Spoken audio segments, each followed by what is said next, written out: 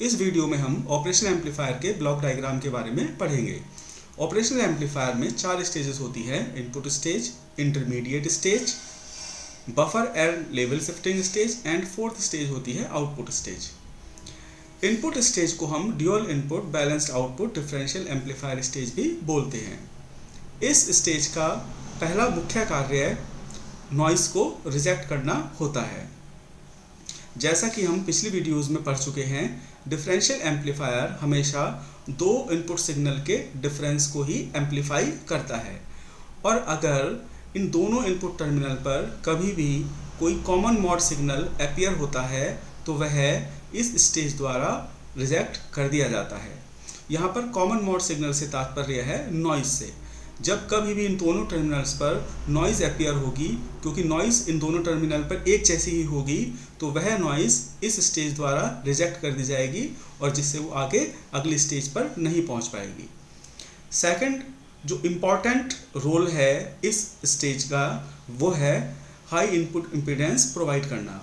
यह stage high input impedance provide करती है, जिससे कि करंट की वैल्यू बहुत कम हो जाती है और इससे जो प्रीवियस स्टेज है उसको करंट रिक्वायरमेंट बहुत कम हो जाती है उसके लिए, जिससे लोडिंग इफेक्ट कम हो जाता है।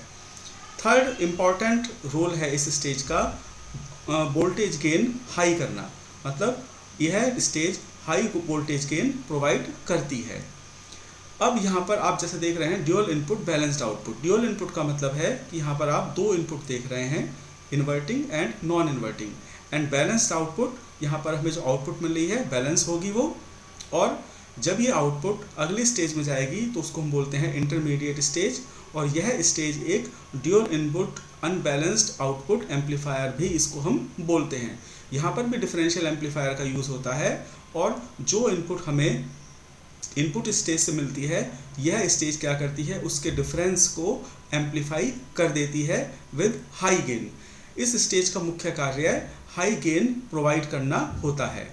यहाँ पर इस स्टेज में इनपुट तो ड्यूअल होती है, पर जो आउटपुट होती है वो अनबैलेंस्ड होती है, मतलब हमें आउटपुट केवल एक टर्मिनल से ही मिलती है, एक आउटपुट ही हमें मिलती है। अब हम थर्ड स्टेज की बात करते हैं। थर्ड स्टेज को हम बोलते हैं buffer and level shifting stage. यहाँ पर बफर का मुख्य कार्य है आइसोलेशन प्रोवाइड करना और लोडिंग इफेक्ट को कम करना, क्योंकि इस स्टेज में हम इमीटर फॉलोवर का यूज़ करते हैं, और इमीटर फॉलोवर का जैसा हम जानते हैं इनपुट रेजिस्टेंस बहुत हाई होता है और आउटपुट रेजिस्टेंस बहुत लो होता है। इनपुट रेजिस्टेंस के हाई होने से जो करंट की रिक्वायरमेंट है इंटरमीडिएट स्टेज के लिए बहुत कम हो जाती है, जिससे कि लोडिंग इफेक्ट कम हो जाता है। और इमीटर फॉलोवर का हम जैसे जानते हैं उसका जो गेन होता है वो यूनिटी होता है।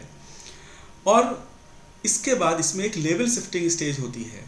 तो जैसा कि डिफरेंशियल एम्पलीफायर एसी और डीसी दोनों तरह के सिग्नल्स को एम्पलीफाई कर सकता है, तो इस स्टेज में क्या होता है कि जब एसी सिग्नल के साथ साथ कोई डीसी सिग्नल भी अपीयर होता है तो यह स्टेज क्या करती है, उस डीसी सिग्नल को रिमूव करने का काम करती है, मतलब उस डीसी सिग्नल के लेवल को 0 पर शिफ्ट कर देती है। बीजेटी और जेएफईटी में इस डीसी सिग्नल को रिमूव करने के लिए हम कपलिंग कैपेसिटर यूज़ करते हैं, और हम ऑपरेशनल एम्पलीफायर में डीसी सिग्नल को, जो कि अनवांटेड डीसी सिग्नल होता है और जो एसी के साथ मतलब अपीयर हो जाता है साथ में, तो उस डीसी सिग्नल को हटाने के लिए हम यहाँ पर लेवल शिफ्टिंग स्टेज का यूज़ करते हैं, और जो कि क्या करती है उस डीसी सिग्नल के लेवल को 0 पर शिफ्ट कर देती है। इसके बाद जो अगली स्टेज है वह आउटपुट स्टेज कहलाती है, और इस स्टेज में हम कॉम्प्लीमेंट्री पुश पुल एम्पलीफायर का यूज़ करते हैं। इस स्टेज का मुख्य कार्य होता है आउटपुट इम्पीडेंस को कम करना। आउटपुट इम्पीडेंस कम होने के साथ क्या होता है, जो करंट है और करंट की सप्लाई आउटपुट के लिए बढ़ जाती है, जो कि एक एम्पलीफायर के लिए बहुत आवश्यक होता है कि वो जो आउटपुट दे रहा है वो उसमें करंट की वैल्यू ज़्यादा हो। और इसका दूसरा मुख्य कार्य है वोल्टेज स्विंग को इंक्रीज करना इन स्पेसिफाइड रेंज। तो कुल मिलाकर यहाँ पर ऑपरेशनल एम्पलीफायर के ब्लॉक डायग्राम में 4 स्टेज होती हैं, और हमने ये देखा कि इन 4 स्टेजेस के जो अलग अलग मुख्य कार्य होते हैं।